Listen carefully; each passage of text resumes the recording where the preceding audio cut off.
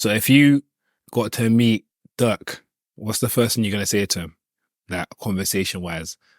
If I met Durk, man, the first thing I'd probably say to him is just like, congratulations, bro. Like, you should be proud of what you've achieved. You are probably the most successful and smartest out of your lot that have come from that situation. No one really can say that they've done it bigger than Durk from Chicago.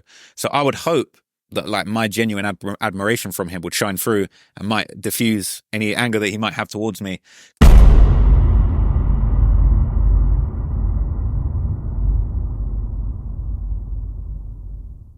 What's going on, people? It's Flash Johnson and welcome to another episode of In Depth. Today I'm with someone that calls himself the hip-hop historian. When it comes to dropping hip-hop documentaries online, this is your guy. TrapLore Ross, how you doing, my brother? I'm good, bro. Appreciate that intro, man. Love. No, my guy, you've been doing your thing for a very, very long time, so I appreciate you coming down today. Anytime, man. Good to see you again. It's been a minute. No, no, trust me. When I last see you, that academic show, right? Might have been the act thing, yeah. We kept in touch after that. I seen you flying out all sorts of places. Trying to live life, trying to be like you know what I mean? Bro, I ain't even flying out that much, bro. I'm trying to get away more. I just got back from Tenerife last week, but Tenerife, yeah? I'm trying to travel way more. Like, you're doing it right. No, man, I see you in LA with, what, Adam? Yeah, I'm going back soon. I need to be back out there with him soon, but that was like October or something. I was only there for a few days, so yeah? I need to go for a big one, really. Nah, trust me. But do you know what? There's so much I want to talk to you about today, but I really want to know, yeah? How did you get started? Like, let's go all the way back. Like, before TrapLore Ross and a million views, like, tell me about you, how you got started and your love for hip-hop. Yeah, man. I mean, that goes all the way back to just being a kid, like probably like 5, 6 years old. I had 2 older brothers that were just mad into hip hop. Like one of them used to be a bit of a rapper. One of them used to sort of make hip hop beats. They used to make tunes together. They had a little studio in the house. And growing up, they were just like my superheroes, man. They were just like making songs, making beats. Like I would just steal all of their records and CDs, like Jay-Z, DMX, Eminem, just all them CDs that they would have. What year was this? That would have been like, what is it, 24 now? Probably like 98. 98. 98. Yeah, 97, so 98, 99. Heavy hip-hop era. Yeah, man. It MTV was, Bass. Yeah, MTV Bass was the one, With bro. the box TV. Always. Man, MTV Bass was the one. When I was in we was in Tenerife the other day, we couldn't get YouTube on the TV. And we were like, where's MTV Bass? We need to go back old school, like, because we just couldn't get our Bluetooth on the TV. MTV Bass, Channel U, man, just that era. Just at the time, I grew up in Bognor, so like I was born in Croydon, and then my family moved to Bognor Regis down the coast when I was about 5 or 6.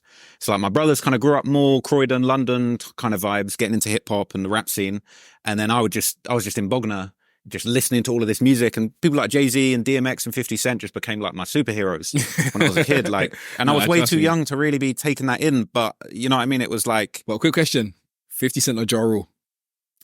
It's got to be 50. It does have to be 50. I can't lie, I was a Ja Rule fan still. Murder Inc. and that, you get me? You know what it is? I covered this in one of my documentaries, yeah. Ja Rule blew it because he was doing the commercial singing thing, and then he got in the beef with 50 and he started to try and go street again, and it was like, he was already bigger than that. He kind of blew it. It's just, it gets so deep. And I was a big fan of Ja Rule growing up as well, but like, that 50 era, I remember being a kid when Get Rich or Die Trying came out, and it was just like 50 was like a real superhero. Like that bit of was it In the Club where he kind of comes down doing like the vertical sit up thing. Yeah, come on. It's like seeing that, I was like, this guy's like the real Batman. Like this is an actual superhero. They shot him 9 times, he can't be killed. Like growing up, I was like, that's like literally, I wasn't reading comic books. I was just listening to 50 and listening to Jay-Z, and like he was, to me, as a kid, he was like an actual superhero. He was like Iron Man or some shit. You know what I mean? So it was like, just these hip hop icons were just the people I grew up idolizing. And then so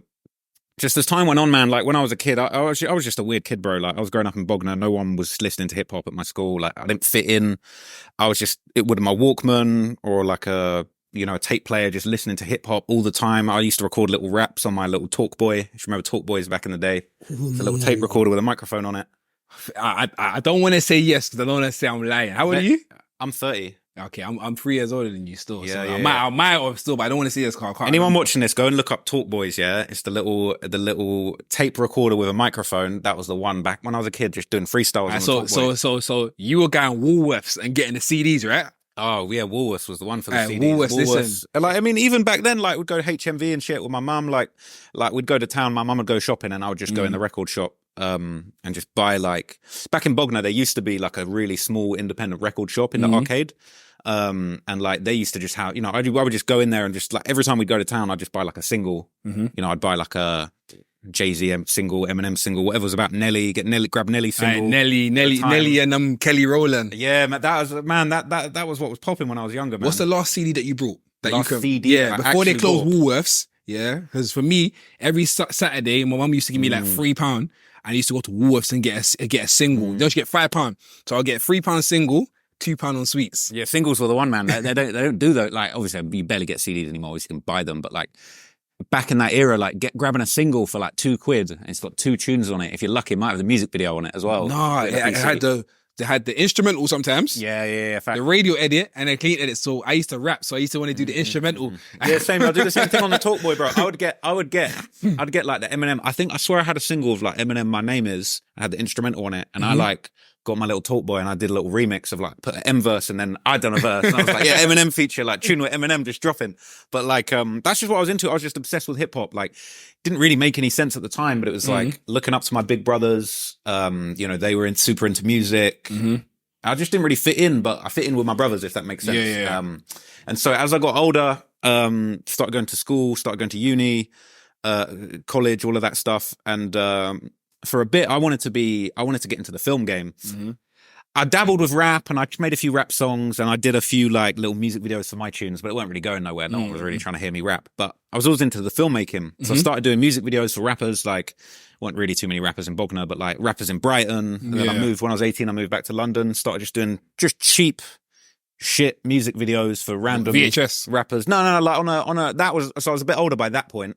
What year now? We're looking at like that would have been 2001? No, that would be like 2012. There's a big gap. So it's a big gap, yeah? So basically just from being like 5 to 18, I just loved hip hop and I didn't really have anyone to chat to about it other than my brothers or like, I had a couple friends from like 1 or 2 friends from school ended up being into rap, but like I was just obsessed on another level. Yeah. And anyway, years went on, like I was just into it. Anytime I was driving, it was just always rap. Never really listened to any other genres of music.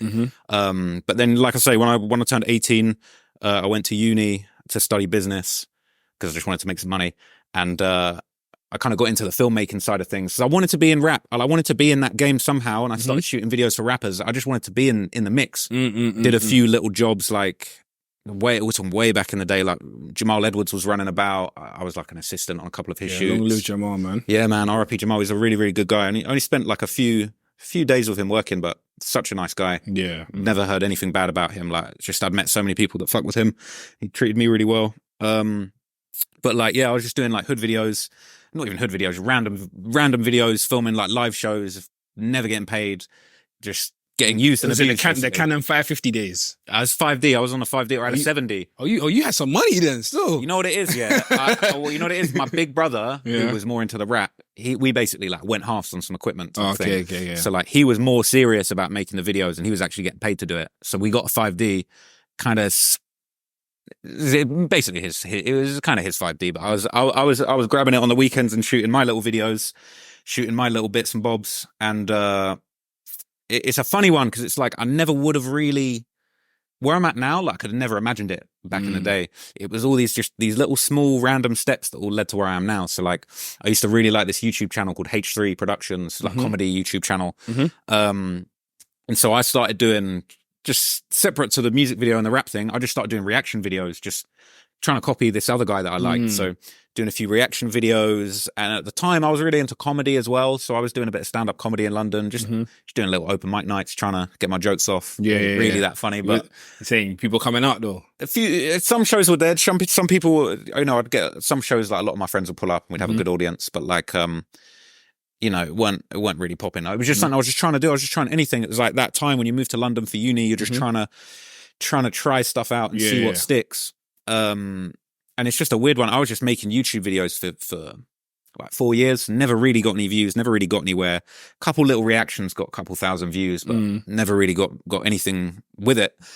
But like, I had a couple friends that were into YouTube and they were making videos. And then eventually just one day, like one of my homies was like, why don't you make a video about all the hip hop stuff you talk about? Like I'd be at a party just telling someone a song would be on and be like, oh, you know, Jay-Z, when he says this, he's talking about, no one's really trying to hear it. But everyone's just they're trying to be in a party zone, but you're really into the hip hop. I'm just obsessed. Like, honestly, like, 50 song would come on and I'd be like, oh, did you know this? To my friends, like, you know this about 50? And like, people were like, shut up, man, we don't care. Yeah. But, a mate of mine was like, why don't you start doing some videos about like some hip hop stuff that you always chat about? It's a weird one, but it's like, at the time I was like, no one's trying to hear me sit there and chat about hip hop. Yeah. Like, I kind of already knew no one was trying to hear me rap. But like, and if anyone's got a TrapLore verse out there, yeah, please, yeah, send it over. No one was trying to get a verse off me, bro. Ain't no one was. I couldn't give verses away, bro. I couldn't give anyone a verse back then. But so my mate was like, why don't you do some of this hip hop stuff? And I was like, not really on it. And then I was like, let me do a couple vids. I did a vid on Russ Millions way back, like Gun Lean era. Okay. Kind of flopped. No one was really trying to hear that. But then I did a video on Jay-Z and that just popped off. Like, it was the video of Jay-Z shooting his brother when he was 12. Yes, because that was, yes, 5 years ago you've done the video. Yeah, man, it's crazy. It's crazy to think how much has happened since then. But like, at the time, I didn't really think anything of it. But it was just immediately, I think it done 20K views in a couple days, which ain't crazy, but... No, but you got to think about it. Back then, 20K was a lot of views. Yeah. See how man get 1 million now? If you got 100K views in 2012, 2013, 2015, you're gone. It was another level, man. So even just then, as soon as that happened, like I knew I had something special. I was like, damn, like, so they're really fucking with this. And it was just going up and up, getting more and more views. And I was like, I basically made a commitment to myself at that point. I was like, I'm dropping a video every week until I'm up, basically. Yeah. Like, and this is before YouTube, monetization, all of that. Yeah, man. I was literally just like, I could just see the opportunity. And like, for me, like anyone that knows me is like, I'm a very dedicated, like very motivated, hardworking person. Like I saw the opportunity was there and I basically just went all in straight away. I was like, cause I'd always been doing the YouTube and enjoying it.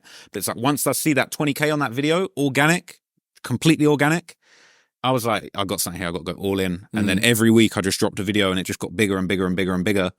And then, eventually I could hire an editor. Like I was, the funny thing is, it's sort of like, the story gets a bit complicated, but like by that point, the music video thing was dead, but I was doing corporate videos. I got a few like corporate clients. So I was making all right, a little bit of money. And I had a few editors like working for me and stuff. So like my film business was kind of getting somewhere. It was like finally getting somewhere, but then YouTube took off and I basically just was like, I'm going all in on this. Yeah. I kind of kept the film business going a little bit. Yeah, because you got to get paid somehow, you know what I mean? Yeah, exactly. So it was like, as soon as YouTube actually started paying me, I just went all in on that. And I had some really good guys that I was working with that kind of took that film business over and eventually ended up selling it. But by that point, I was just all in on YouTube. Like, I saw the opportunity and I was just like, I'm throwing myself into this. And fortunately, it paid off. With your videos, you do a lot of research. Like, I can't imagine how much hours you are up getting all the information because the minute you get something wrong and you put in a video and put it to the public, I know they're coming for you. Yeah. Like, what is your research process? Yeah, man. So my research process, like from the very start, I always researched the videos myself. And it was always, because it all comes from a place of passion. Yeah. Like sometimes like it actually throws me back because I've spoken to a few people in this space. Like some people are really passionate, but sometimes you meet the odd person. They're like, I don't really give a shit about this. I'm just doing this for money. And like, that really is a real turn off for me because I'm so passionate about this stuff. When people say to me like, oh, you probably don't even care about this shit. You're just trying to make money. It's like, bro, it's so the opposite. I'm so not motivated by money. Like I genuinely, before I was doing this, I would just be obsessed with hip hop. I would have little documents. So like I used to live in Brixton, Camberwell sort of area around like 2018 when a lot of the beef was going on with the drill rappers and stuff. And this is before I was doing the video. But for some reason, it's going to sound so weird, but I was just keeping track like of the murders and the songs and the violence that was going on in my area. I just had a document, like anytime there was a tune that come out or there was a stabbing that was related to all the drill shit, I would just make this little document just for me, just being like, yo, I want to understand what's going on in my area. Like I'm kind of following this shit along, just trying to piece it together. And it's so funny because it's like that little document that I made, I was just trying to track the rap scene in my area. The way I wrote that up is like how I ended up writing my scripts. So like my thing, like then I was just doing that because I was just interested in what was going on in my area. But once I actually started doing this full time, basically I would just go all in. So like, let's say I'm doing a story on Jay-Z shooting his brother, for example. I would basically just track down every song, and every music video that related to that I'm talking about, for example. Like even with Jay-Z, maybe not Jay-Z, but time ago, I did a video on Diddy. Like, I'd just read his whole biography. I'd highlight anything that was relevant. You know, I would watch every single interview that I could find either on that topic or from that artist. I'd listen to every song. You know, I would kind of listen to the songs and read the lyrics and kind of break down the bars as I'm listening to it. My approach has always been like, I want to leave like no stone uncovered. Like I want to look into everything, every interview written and recorded, every song unreleased, demos. I just want to know everything about an artist, everything about a situation. I want to put that all into one video. And like, that's my process really, as far as like, every video is different. If it's a Chicago story, I might be doing more research on Reddit. Or if it's like I did this Swedish gang story, and that was a lot of like song lyrics that we translated, but then also like Swedish news, translating Swedish web pages. Like every story, there's like different set of leads. You might have a rapper that's like, when I did the Tay Savage story, he ain't really got that many songs out. So like there weren't that much research I could do as far as listening to his catalog of music. But like, you know, then I'm going on Reddit and I'm reading police reports about his story and all the stuff around him. I'm watching all of his interviews. He's on Say Cheese, he's on DJU, he's on 16 Shot 'em, he's on No Jumper. I'm watching all of them, making notes, and I'm creating a timeline, my end, of like when everything happened, anything that he mentioned about his childhood. I'm building up a picture. How many weeks does it take you to do this? Every story is different. Like now I'm doing the really long stories, but right now, like I try and spend like a month. You got like a 5-hour story sometimes. Yeah. 5-6 hour. I'm trying to make them a bit shorter now, to be honest with you. I want to stick to like 2 hours. It's a sweet spot. But usually I'll spend like, for like a 2-hour video, I'll probably spend like a month researching. Like the YoungBoy thing was 6 hours. That's the longest one I've ever done. And I probably spent 3 months working on that. How much views did that end up getting? Man, I think it might be over 2-3 mil now. So it was worth it. But sometimes it don't pay off, you know. Sometimes you spend ages on some shit, don't really pop. So it's always a risk. But my thing is it comes from a genuine place of passion. Like, I love this. I wouldn't, if I wasn't doing this, I would still be listening to the latest interview from whatever rapper I'm interested in. Like, if it's a rapper that I'm listening to on the regular drops a tape or drops an interview or does anything, I'm going to be, I'm tuned into it anyway, regardless, for free, not working. So like, if I decide, I'm going to go deep on YoungBoy, like that 2-3 months, I'm only listening to YoungBoy tunes in the car, only listening to YoungBoy music. I'm only listening to YoungBoy interviews. I'm literally going like psychopath mode on nothing but YoungBoy basically for that period of time. Like, I really want to like live, sleep and breathe the music, if that makes sense. So that's kind of what I'm on at the moment. But right now, the team's grown a bit. I got a couple of really good researchers that I work with regularly. So they're kind of helping me now as far as just speed everything up. Like, I'm still deeply involved and I plan out all the projects and the structures. But what we've been doing recently is kind of maybe splitting things up. And it might be like, okay, I'm going to work on this chapter. I got a researcher, Miko and Gav, who kind of, I'll be like, okay, maybe you look into this aspect of the story. You go listen to the tunes, I'll watch the interviews, and then we'll meet back up and see what we found out. And that's helping. Like, we're trying to get to the point where we're dropping like 2-hour doc every month, consistent. That's been the hardest thing over the past couple of years. Like, being consistent, keeping the consistency, because it's like, I know I'm consistent my end working, but it's like having editors be consistent. It's been tough. Having you don't edit yourself? I don't edit. No. That was one of the first. So at the start, I edited. One of the first things I did as soon as YouTube started paying me, I just hired an editor and just doubled my productivity. Because editing, the way I see it, is it's like, where are you going to add the most value to a project? Like for me, I add the most value presenting the project. Probably the second most value by choosing the idea, building the structure and saying, okay, this is the story I want to tell. Like, we're doing YoungBoy. This is the narrative that I want to tell with this story.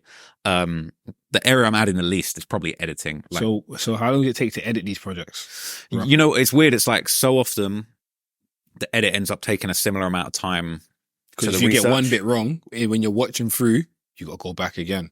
Yeah, kind of. The good thing about that is it's like, there's always some mistakes. And even when a finished video comes out, there's always some dumb thing that is just like, spell someone's name wrong. And it's like, I know it's not spelled like that, but it's like in a 2-hour video, we're watching it over and over again, trying to check for mistakes. Always something that slips through the net. So it's hard to make sure that there's no mistakes. We just got to watch it over and over again. But like, working with editors is just difficult because they're just never as interested as I am. And it's like, it's hard to make them understand. Like, we were doing an edit the other day and someone sent me something that they cut together, and there's a bit where they're talking, I can't even remember what it is, but they're talking about a certain gang from Chicago, and they showed a picture of the completely different, wrong lot of people. And I could tell immediately. And I was like, yo, I don't know where the fuck, like, don't know where you got this picture from, but like, never just grab pictures of gangs that you think are the right gang and just yeah. chuck them in a video again, because that's can gonna get you in trouble. That's going to cause me a big problem. But it's like, I can't write and edit and choose every picture. It's just impossible for me to do. I can't lie. I thought you were saying it all. I wasn't at the very start, but no, not now. It just be impossible for me to do the research and the editing. I would only be able to drop like once or twice a year if I did that at this level. And like, I don't like editing, honestly. Like, I was an editor back in the day. I used to edit my music videos. Hate editing, bro. It's long, sat up all night long. Final Cut Pro, just edits getting deleted. All my editors, man. Listen. Peak. I massive, utmost respect for all editors. Yeah, if you're an editor. No, trust me, bro. It's a tough job. Editing, it gets to it, but it has to be. It comes to a time where you have to offload the work. You know what I mean? We know what it is. Like I was just saying. Like, it depends where you're adding the most value. Like, certain editors are so good at what they do. They're going to edit my words and they're going to add a lot of value and really elevate it. Like, the editors I'm working with now on another level, and they're making my stuff look like a movie. It's like, I'm telling the story and I'm like, okay, we're going to talk about this. This is what happened. This is the narrative. This is the message I'm trying to convey. But then they're taking that and then making it more of a movie, and it's special. So it's like, I can see the value they're adding. There's not really any value of me just piecing it all together, in the same way that it's like, now that we're doing the research, now I've got the researchers working for me. Like, I'm fully vested in every story I cover. But like, for example, there might be a story where it's just like, you know what, it doesn't make sense for me to watch all 10 of, I don't know, like Honeycomb Brazy's interviews right now. Like, I'm focus on the music and building the narrative, and one of my researchers, like, you just get all the interviews nailed down, find all the info, and then we'll piece it together. But it's just, that's the thing, it's just impossible for one person to do anything. Like, whatever business you're in, like the one guy doing everything, it's only got so much mileage, you know? No, trust me. With your videos, I think the first video I saw from you was the Toronto documentary that you done, because I have a big love for Toronto and the rap scene. I've done my documentaries and I've done a lot of things out there. So I think the first documentary was a Noisy documentary. Then I went to Toronto, done my thing, done 2 documentaries out there. And then I saw your documentary. And I was like, yo, how does this guy really know about what's really good at? Because everything you said was to the T. And only people in Toronto or knows about the Toronto scene really know the politics. So I'm like, this guy's from the UK and he's talking about the man. I'm like that. Yeah. Like, what did that I felt like that documentary really was one of the ones to put you on the map. And the King Von one as well. Yeah. Am I right? Am I wrong? Yeah, the Toronto one was really interesting for me, yeah, because it's like, for me, everything I just said to you, like, I'm obsessed. Like, when I was doing that video, I was just listening to Toronto music. Who you listen to them days, though? Banging out, like, Presser, Top 5, YG. Even, I was rocking with Doovy hard. Like the auto-tune. He was coming like the young thug of Toronto for a minute, man. Yeah, Doovy's cold still. I know that there's all the beef over there. That's nothing to do with me. Even Boondog, man. Like, Boondog, obviously Presser's brother. Boondog's he's actually hard. I wish he dropped more music. I've chatted to him here and there, but like, all these guys, bro, even Presser, like, bro, please drop more music. Like, I love all the Toronto music, bro. And it's Burner Bands never enough. As well. Burner Bands, yeah, of course, man. Yeah. Well, But so like, at that time, yeah, I was just going fully deep into the Toronto music, just listening to all of that stuff, reading about it on the Reddit, reading the cases, reading the paperwork, watching the interviews. You know, Presser's got a crazy Vlad interview. There's a few top 5s on academics when he's on the run doing a madness. So it's like, I'm just learning all of this, throwing myself into that scene. And then it's like, like you say, it kind of put me on the map in a way, because it was like, I'd already done a lot of stuff on like American gang rap, drill rap, New York type stuff that was going all right. UK already, but as well. I've done the UK. I've done like the Moscow 17, but that Toronto video was just special because I think, one, people that fucked with Toronto and were from there, like you just said, they could tell. Like, damn, how do you know? Like, how did you know all this? When I saw it, I was like, how do you know this? You're talking about Doovy, you're talking about Presser, you're talking about Top 5. I'm like, and the things that you're talking about, I'm like, yo, like, is this guy being there? Because like, when I'm coming back to London talking about the man, I'm like, yo, yeah, this tune, I'm banging this song. People look at me, I ain't heard this. And this was what, 2017, 2018. But when did you drop your Toronto documentary? What year was it? I want to say maybe 2020, maybe 2021, you know? Yeah. But like, so what was interesting about that story was like, So the people from Toronto were like, damn, like you actually know what you're talking about. But then I think because it was so well put together and there was so much madness and there was also so much good music behind it, a lot of people from America who never really, because a lot of Americans, they look at Toronto, they're like, oh, it's soft, we don't care. Yeah. I think a lot of people saw the doc and they were like, damn, like it's really like that. And like, damn, you really knew what you're talking about. And then people from there were like, no, this is 30, it's the facts. This is what's really going on over here. And it was almost this interesting blend where I had so many Americans reaching out being like, yo, you really opened my eyes to what's going on in Toronto. And I'm not even from there. Yeah. So it's like, have you been there before? Nah, I'm trying to go this year probably. But yeah, that was something special because it was like, you know what it is, yeah? When you're making YouTube videos, especially the type of thing I make, it's always difficult because it's like, you can get an easy win if you put a famous person in the title. Like, at some point later this year, your captions are crazy still. I can't like yeah, they hit. They don't always hit, but like for example, like probably later this year, I'm gonna do a little Durk documentary. It's gonna be good. I'm gonna work hard on it, but it's gonna slap because it's gonna have a little Durk on the thumbnail. Everyone, it's just. That's a foregone conclusion. That's going to do well. So going into Little Durk, you done the King Von documentary. That documentary. But before we move on, I just want to land on that point. Yeah. With the Durk thing, that's an easy win, right? But with Toronto, people weren't really people fuck with Toronto, but it's like people didn't really know what was going on. So for me, I'm most proud of the stories where I can bring a story that people aren't really that interested in. I don't care about Toronto. I'll make you care about Toronto. You know what I'm saying? So I feel like that story is one of those examples. I ain't got to make you care about Durk. We all care about Durk. We want to know what the latest Durk gossip is. But taking a story like Toronto or even like the Suspect docs that I just did with the Camden thing, taking that to Americans that like, we don't give a fuck about what's going on in Camden. I'm like, no, I'm going to make you, this story is going to be so good. I'm going to tell it so well. You're going to care about Toronto and Camden when I'm done with you type thing. So they're the ones I'm almost most proud of. But obviously moving to the King Von thing, it's like, if you can deliver a video, it's got a famous name in it, but then also actually show people something completely new that they've never really understood before. I feel like to me that's a perfect video. And the Von, it's probably the best thing I've done. The Von video caught you in a bit of trouble though. Yeah. In Chicago. It got a bit hot for me after that video, man. It was intense. But you saying, are you and Durk spoke yet? I never spoke to Durk. I know Durk reacted to the video in I think it was an academics interview or somewhere else, and he wasn't really fucking with it. But no one from Von's camp was fucking with it because I think there was a whole thing of like, bro, I swear people were playing some Jedi mind tricks on me about that video, bro. Because bro, even when Von was alive, bro, when Von was alive, I had a little back and forth with him and his people just about some other stuff. But like, when Von was alive, the whole thing was Von's a killer and he kills people and he's the G and he really does this.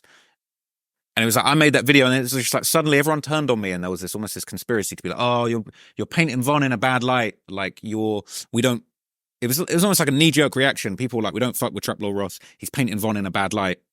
And bro, it drove me insane. I was like, this is some Jedi mind tricks. It's like, bro, just throw on any Von song. He's talking about, I murder people. Like, I got bodies. I do this. I shot this person. I shot that one. We're shooting everybody, even in here. Like, he was going crazy with it. So it was like, you know what? I think the reason that video rubbed people up the wrong way, but because of the serial killer thing. And I still stand on the serial killer thing. A lot of people try and discredit that. But bro, dude said that he killed X amount of people. I did the research. He tweeted damn near every time one of these bodies dropped. He's got a bunch of lyrics talking about it. I personally think he did all that shit and he meets the guidelines. You look up what FBI says serial killer is. Von's one of them. So it's hard to... If we put TrapLore Ross in Chicago right now, is TrapLore Ross going to be okay? I'd need a security for Chicago. How many security guards?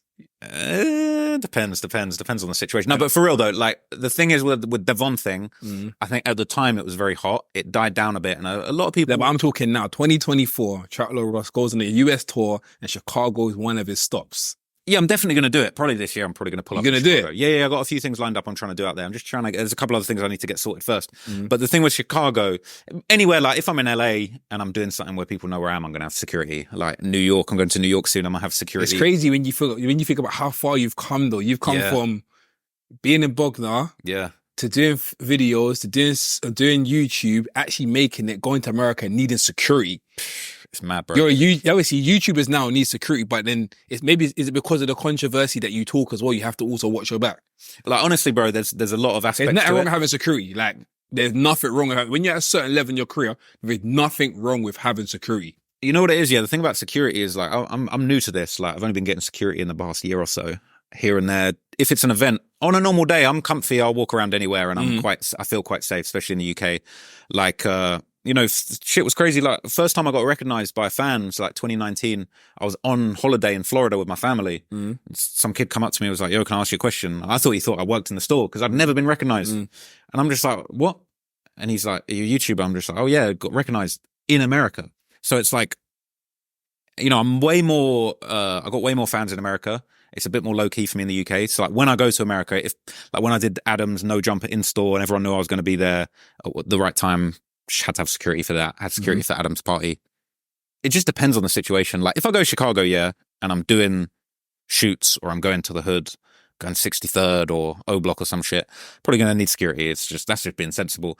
But have you got anyone that you got to check in with when you go, if you go to O Block, if you got someone that could, because you know they say certain hoods you got to check in and make, you just can't roll to O Block. Like no, you can't. But I know a few people, like there's a guy called Aaron who runs a channel called The Taboo Room. He does these sort of hood vlogs. He's gone to Chicago. He's been tapped in with a few people, Prince Dre, a couple others from O Block that have looked after him and showed him how to navigate. And like, it's different for me though. It is different for me because I'm already known in these places. But basically all I'm trying to say is it's like realistically I'm at that level now where I need security, and it's not just because King Von's homie is going to shoot me or because some fan's going to beat me up because they don't like me. Like it's a mad world these days, man. Like I've turned my DMs off recently, but before I turned them off, bro, every day I get a new death threat. Every day I get something. Someone's saying they're going to pack me. Someone's saying they're going to shoot me. People saying I'm going to send you got in the DMs. Unless you don't follow them, they can't DM you. Yeah, I've turned it all off now. You can't DM me now. But for a bit, because it's like I get a lot of fan love as well in the DMs, which I appreciate. And I used to try and voice note fans and just be like, yo, show love. But, you know, especially the Von times was getting a lot of threats, a lot of crazy stuff. But the thing with the security is it's like, it's more to make you feel comfortable, yeah? I'm not thinking I'm just going to walk down to Chicago and just get killed and it's OTF going to slide on me or something crazy. Realistically, it's more a case of just like, the worst thing that could happen to me is probably a fucking crazed fan that's seen me online that doesn't like me, as a nutter, has got nothing to lose, that tries to do a madness. And it's like, that's more what I'd be worried about. And the security is just like, if people know where I'm going to be at what time, security just makes you feel safe. Yeah. Nothing's ever happened to me. People have only ever shown me love in person. But like, it's a precaution. And, you know, I'm at that point. I'm a very like humble guy as far as like the fame or the success. But like, you know, sometimes it's like, I'm like, bro, it's crazy that I even get recognized on the street. But it's like, you got to take it seriously. Like when I was first coming up, yeah, it was a really difficult thing for me because it's like, people make jokes like, oh, what, the Bloods are going to come and shoot you? And it's kind of like, that would be a joke for some of my friends, but it's kind of like, bro, it's real. It's actually real for me. Like if I go to Chicago, if I go to Chicago and do some dumb shit, I will be dead, basically. Like that's how it is. Like, so I do have to be careful. Anywhere I go, I've got to be careful. I've got a face card and I'm dealing with a situation that's completely unique to what anyone else has got going on. So people can't really give me advice or like people used to downplay it and be like, oh, no one's going to, oh, what 50 Cent's going to come and do. It's like, bro, you don't actually know what I'm dealing with. Like, you don't see the messages I get. You don't see the people that I interact with. It is real. So I got to be very careful, but also it's like horses for courses. Depends what you're doing. So if you got to meet Durk, what's the first thing you're going to say to him? Like conversation wise? If I met Durk, man, the first thing I'd probably say to him is just like, congratulations, bro. Like, you should be proud of what you've achieved. You are probably the most successful and smartest out of your lot that have come from that situation. No one really can say that they've done it bigger than Durk from Chicago. So I would hope that like my genuine admiration from him would shine through and might diffuse any anger that he might have towards me. Because at the same time, bro, you see all these people that saying like they don't fuck with me because of the Von thing. And how many times have a million people said they hate DJ Academics and they beat him up, and then 6 months later they're on a podcast together. So like, it's not unthinkable that like, realistically, you know, people use each other. Like if Durk needed something, if Durk needed promo and I was the guy that he wanted to get the promo from, you know, people are just nice to you when they need you. I don't know, but if I met Durk, I'd show him nothing but admiration because I really respect the guy. And obviously Von's no longer with us, but despite everything that I've said about Von, I think most people, anyone that knew Von, anyone that I've had a conversation with that knew Von, and you get in a bit more of a relaxed conversation, they're like, Von was really on all that shit. Like Von was, you heard his music, know what he was doing. So it's like, I think I would hope that I could actually have a good conversation with Durk if it ever got to it. But other hand, I don't know, he might not be rocking with me. You were talking about people getting onto you, being in your DMs, obviously being a YouTuber and being at your level right now, like mental health. does it really get to your mental health, and has it got to your mental health, and how have you dealt with it if it has? Yeah, definitely, man. No, I've had some really low points in the past year. It's been tough because it's like the Von thing was the biggest thing I ever did. You know, it's over 10 million views now. It was, you know, it got me press. I was on the Sun newspaper, I was on TMZ, just all about that video and everything surrounding it. It was my biggest moment. It was like my biggest growth. It put me over 1 million subscribers off the back of that one video. But that came with a lot of headaches, you know, people saying they were going to kill me. Just generally people not respecting what I'd done with it, because I worked so hard on that video. And just even people discrediting it and being like, oh, it's all cap. Bro, it ain't cap. Go and watch it. Like, the tweets are real tweets. The lyrics are real lyrics.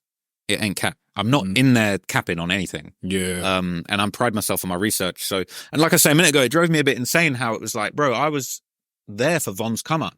All he was talking about was all the people he killed. Yeah. And the whole point of the thing, the whole reason the motion was there was because it was like Von was really killing people, and now he's rapping about it. And it actually drove me a bit mental afterwards for everyone to just be like, oh, you're throwing dirt on Von's name. You're like, he wasn't really like that. Like, bro, if Von was still here if Von was still alive in this room and you told him he wasn't really like that and he had no bodies, he'd probably slap you. You know what I mean? But then I had the whole world telling me I was capping about Von. That aside, people saying they were going to kill me. I went through some depression in the last year. Definitely went through some really low points. You know, went through a tough breakup that wasn't really to do with the channel, but it's just like when all that shit's piling down on you, bro, it's definitely tough, man. And, you know, I try and be mindful and meditate and just look after myself. But this YouTuber thing, man, like being a big popping YouTuber, like it's very difficult. It comes with a lot of headaches, a lot of stress. You know, I often think like back in the day, yeah, if you were a famous TV star, let's say I was like, I don't know, like Sway Calloway, doing the MTV rap hip hop news show or whatever. You got a whole system. Say you're Sway, even say you're Charlemagne on the Breakfast Club. You got a whole network of people around you that are looking after you and looking out for you, and everything's done, everything's sorted. This is going to sound dumb because I know Charlemagne got attacked outside the radio station, but generally, if you're working on at the BBC on a big show and you're presenter of a big show, you're kind of protected.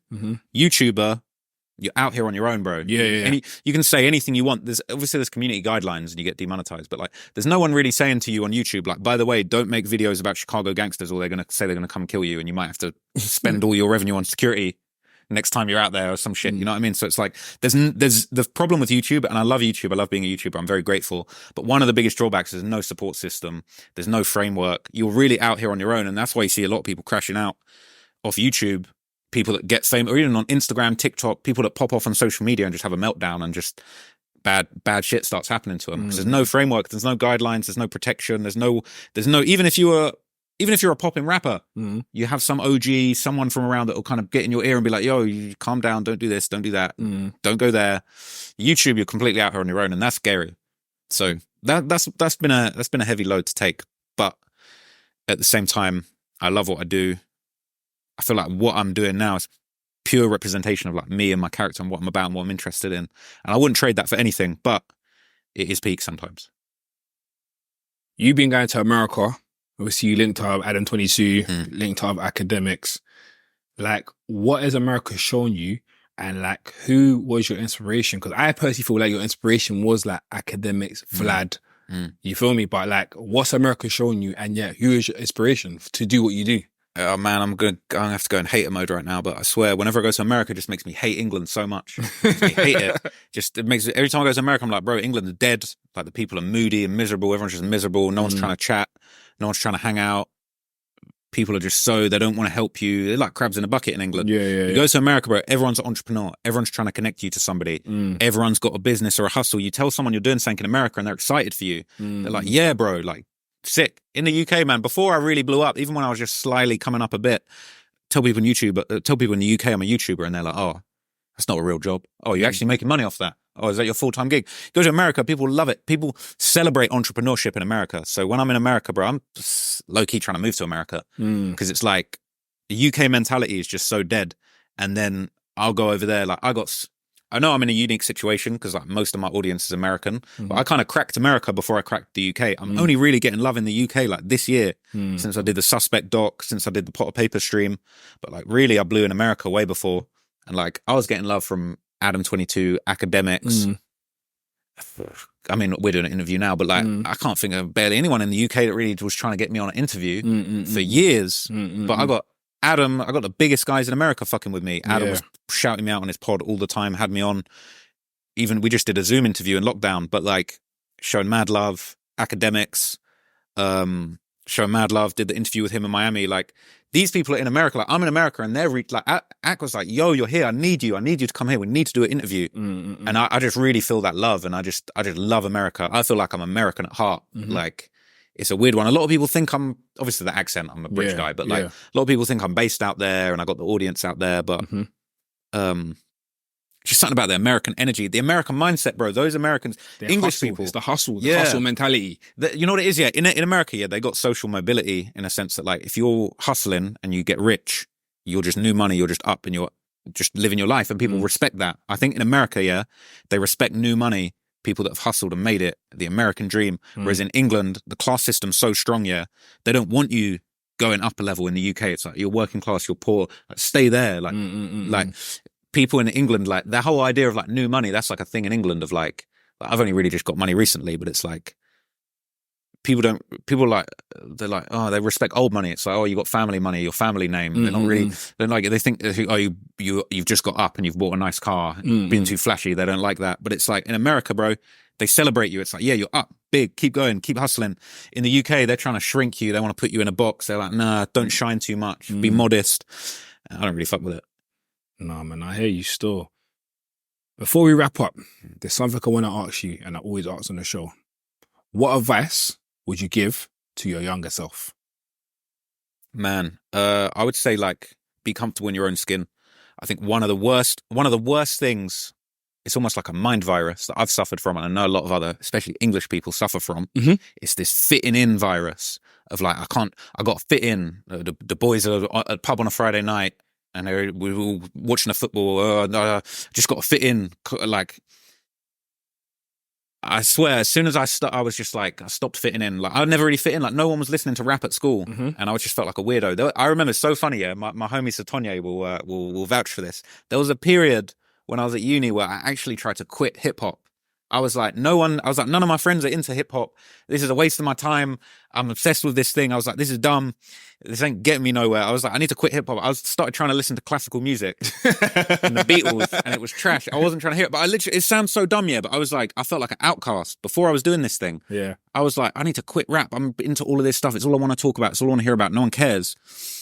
But and obviously I couldn't give up hip hop because I love it. But like, I just wish I'd been myself sooner, bro. I wished when I was even younger I'd have been myself. Like, I know I wanted to make it as a rapper, and at the time I remember being like 17 making little rap songs, but I just knew I'd play them to people and it'd just be super cringe, and like people like, oh no, don't do that, like don't put that out.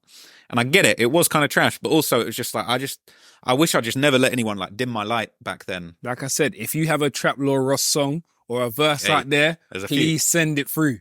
No, we ain't trying to hear that. You know, tell you what, the gem would be, if somebody's got one of my old videos from back in the day when I was doing reactions, bro. Now that, if someone's got one of those stashed away, I've got them all stashed away, but I'm never letting anyone see that. Well, you got to put them out, man. But back to what you were saying, bro, the one thing I would say to my younger self, bro, would be just forget about trying to fit in.